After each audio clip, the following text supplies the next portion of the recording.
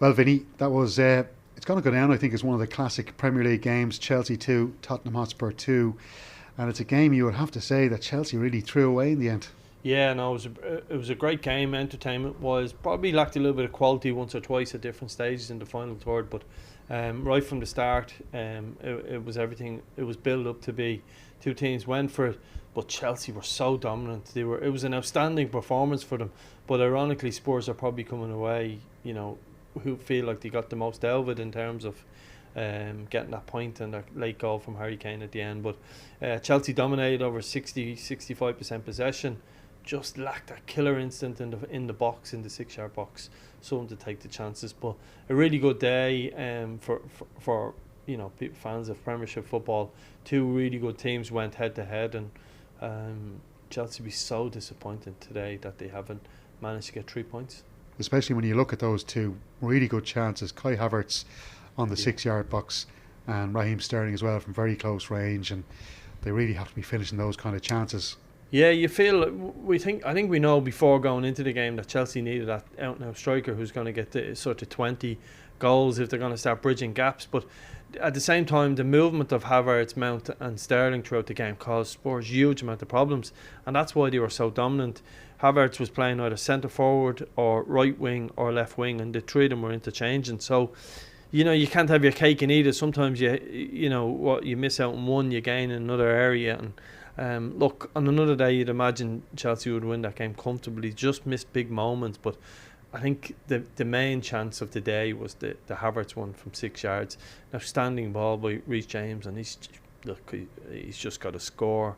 And but credit to Spurs, while they were awful, they dug in and kept at it and got a point in the end. Has Havertz, just while you're speaking about him, has he been overall a bit of a disappointment maybe with Chelsea, because he was signed with great fanfare from the Bundesliga and he just maybe hasn't kicked on the way you would have expected him to? Yeah, I think he goes through, that's the second time I've seen Chelsea live, and I think this season, and he goes through spells in the game where he's really quiet and feels sorry for himself and the head goes down, but he has some moments of brilliance. And I thought today, all in all, his performance was really good, but it would have been capped with that big moment where he should have scored and maybe went on to win the game as a result of it. So, look, the jury's out on him. It's been up and down. They haven't really found a system that suits him. I think today's system really suited him in many ways, but you've got to score goals, and if you're going to lead the line for Chelsea or he'd be that false nine, they definitely need more goals from him, and that's the one area he's got to tidy up. But his work rate and his overall play was very good, to be fair, at times today. Raheem Sterling spoke last week about his reasons for leaving Manchester City, and he just felt at this stage of his career, when he's reaching his peak years, then he needs to be playing regular football. I suppose it is admirable, but do you think may he regret that decision, leaving a club where he's going to win a lot of trophies, to maybe take a chance with a club like Chelsea, where they haven't been as prolific with trophies over the last couple of years? Yeah, but then like we're too easy to call footballers mercenaries for going for clubs just for money and different bits and pieces. So what Sterling has done is made a football decision. There's no doubt, for whatever reason, his face hasn't fit into Pep's plans over the last year, 18 months. But he's been brilliant for City as well at different stages. So you wonder whether City signing Haaland are going to change the way they play the front three. So Sterling's made a football decision. He wants to enjoy his football. Look, when it comes to Sterling and financials, you'd imagine he'll never be short of a penny for the rest of his life. So he made a football decision, and you have to trust him on it. Yes, you would like to think winning trophies is the be-all and end-all, but for someone at his level, sitting on the bench isn't the be-all and end-all, or making intermittent appearances. So I can understand his decision, and who knows where this Chelsea team can go. I thought they were brilliant today. Ultimately, they've just fallen short. So looking at this Thomas Tuchel team now, and if he brings in, it looks like they're really favourites to sign Wesley Fofana from Leicester City. You could see him slotting in beside Thiago and Koulibaly, and that would leave Reece James to play as a right wing back. Talk of maybe bringing in a striker. So how do you kind of see that Chelsea team shaping up for the rest of the season? Well, like I listened to Tuchel this morning speaking about the club and the team being in transition. Well, if you go through the back three of Koulibaly, Silva and Aspilicueta, and you have Reece James, Chilwell, and you have Conte in front of them, and Jorginho. That's a huge platform. That's one of the best sort of back sevens, for want of a better word, to give any team a platform. It's about the icing on the cake in the front three. So they have a real chance. They've got strength and depth there, and bringing in Fofana would definitely add to their sort of strength and their depth. As I said, Chilwell, Cucurella being the choice. So they've a huge platform. They're probably short of a striker getting 30 goals if they want to catch the top two. And it feels like the top two are ahead of everybody at the moment. And you would say on paper Spurs and Chelsea are the nearest to them. You wouldn't think that by looking at Spurs' performance today. But Chelsea's performance, if they'd have hung on there and 1-2-1, you would say they're in a really, really strong position heading into the season. So that late goal is probably taking a little bit of the limelight off how good they were today. But there's no doubt they're short of a couple of players in key areas. And you would say that would be to give Sterling a mount of hand throughout the season. Champions League football with Premiership football, they don't have a squad of 18, 19. They've really got a really top class squad of 13, 14. Yeah, and 18 and 19 points between Chelsea and Liverpool and Manchester City. It's a big gap to close. Tottenham Hotspur obviously took that fourth Champions League place, I should say, at the end of last season. And they really were in the ascendancy coming into this season. Harry Kane wanted to go away last year to Manchester City. Yeah. Looks like he's happy there now because Antonio Conte is a coach that they're already willing to work underneath. Daniel Levy has gone out and got the players that he wanted nice and early before the summer started. And it was well publicised, as you mentioned before the match as well, the really tough pre-season they had. I just wonder, is that kind of pre-season the kind of thing that will pay off across the season, and perhaps in the first couple of games it can maybe have a bit of a negative effect? No, I actually fancy Spurs to win today because I felt they were ahead of Chelsea. As I said, I was at the Chelsea game against Everton as well last week. They did a lot of cramping and players really struggling, so I thought Spurs would have an advantage. As much as I don't think we can overreact to the Chelsea result in terms of I thought they were that good and the late goal will take the gloss off it. I won't overreact to Spurs' really poor performance today. I think that squad they've built, the strength and depth they have, even the Conte sending off and the little bit of argy-bargy at the end, that all adds to it. You can tell there's a group building there. They have real strength and depth on their bench. That's the difference between them and Chelsea. So I would say to you, Spurs can get a lot better. I think they're in a really good position. Yes, they weren't great today, but I think when you look at it, as I said, the strength and depth, Bazuma coming on, Perisic, who I think is one of the best wing backs in world football, coming off the bench. They've got real strength and depth there, and they're in a good position. And we've seen that at different stages. They'll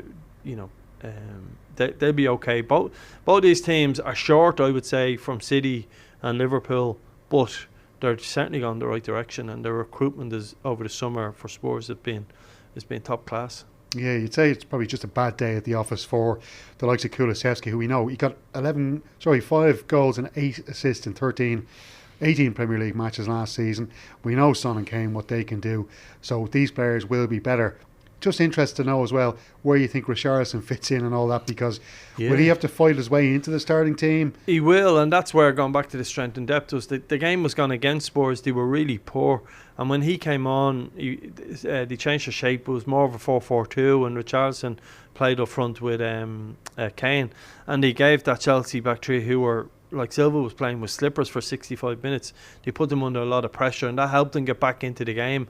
And you always felt, as much as Chelsea then got control of the game after that 10-minute spell, you always felt Spurs were in the game because of Richarlison, because of his work rate, just being the annoyance around the box, and when they had to clear the lines, they had an out ball. And I think there's different ways of playing, but you would say that how do you get Son, Kulusevski, Richarlison and Kane into a front four? It's going to be very difficult, but at the same time, it's nice to have one of them in reserve at any stages when you need to go and win games. And that's probably I would say to you, Spurs' front three is as good as anything in the league, and to have someone like Richarlison sitting on the bench is a huge plus. And I would say I don't think Chelsea have that same strength and depth.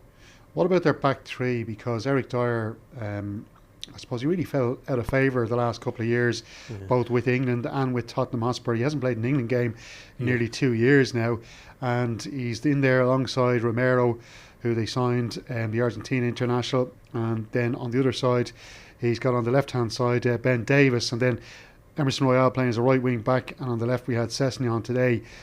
Would you be kind of confident enough that back five could do a job over a season? Yeah, no, it's a really strong back five. I think you'd like to see one more centre half. I'm not sure Ben Davies is the highest level as a sort of left of a tree, but the thing about you look at their wing backs, you have Matt Doherty can come in for Sessegnon, you can have Perisic that can come in on the other side, so they've got real, as I said, strength and depth there. So you would like to think they're in a really strong position. Probably could do one other centre half, you would feel, that really gives them a platform. But Sessegnon's a perfect example of where Spurs have come under Conte. He sort of he had a big name in the game for a few years, and he's drifted away, and no one's been speaking about him. But he's got himself into amazing shape. He's proved the point over the summer. He's trained really well by all accounts. He'd done his own work before they started back pre-season, and he's reaped rewards. He started the 2 games in the Premiership, and he's played quite well, and he has a real running power. So yeah, listen, I think they've really been clever with how they've strengthened their squad. And just finally on Tottenham's team or squad, look, Emerson Royale, probably out of all the Tottenham players today, was the only one you might just say had an okay game. He wasn't too bad. That's not great for Matt Doherty though either, is it? No, and I think there was twice, I think, Chelsea counter-attacking. There was one amazing tackle by Emerson Royale on Sterling, and that speed and power he has, if you're going to play that way, is huge. But I think they've got Champions League football this year. They've got a huge amount of games. I think Matt Doherty will get his chance. It looks like he's in good condition. He's got himself really fit. Pre-season's gone okay for him. To be fair, the manager has sort of stuck to the same 11 for both games, and you'd like to think Matt Doherty will get his chance, but he's got huge competition, and to be fair to Conte, he tends to manage that way, and it's like you have to fight to keep your jersey, and players like to work in that environment, and if Matt gets the jersey he can hold on to it, but it will be difficult, as you said. They've got a couple of good players there in the background in that position. Yeah, and just to ask you finally, because we know that Antonio Conte loves to get under the skin of the opposition managers. He's done it with Klopp, he's done it with Guardiola, 2 of the masters, and he still managed to wind them up on different occasions. He's done the same with Tuchel today, because we saw him squaring up after that first Tottenham goal, chest to chest, and at the end of the game you could see it got to Tuchel, because then he goes in for that handshake, won't let go of his hand. I would say Conte will be delighted to think that he's rattled Tuchel a little bit. Yeah, and he plays on the edge, on the sideline, and I like that. I like he cares about the club. I love to see his passion, and a football club is nothing without passion, and there's no better man than your manager to have the passion for the club and the fans and the way he celebrates. So no, I think that is all part of the game. Look, the problem is he will get a bit of a ban of a game or two because of the straight red card, but to be fair, I don't think he was at fault for some of the stuff that went on today. I think Tuchel probably held on to his hand too long, and so do you think maybe Conte will be kind of thinking Tuchel's showing a bit of weakness here now? And I think at that level you're looking for every little edge you can get, every little moment, and Conte and Tuchel's a clever man. Both of them are clever people. It's more the message, not between the two of them. It's the message you send to your players, and he'll go into the dressing room, Conte, and they will get a huge buzz out today. They were really poor, 36% possession, but they've got a point away to one of their rivals.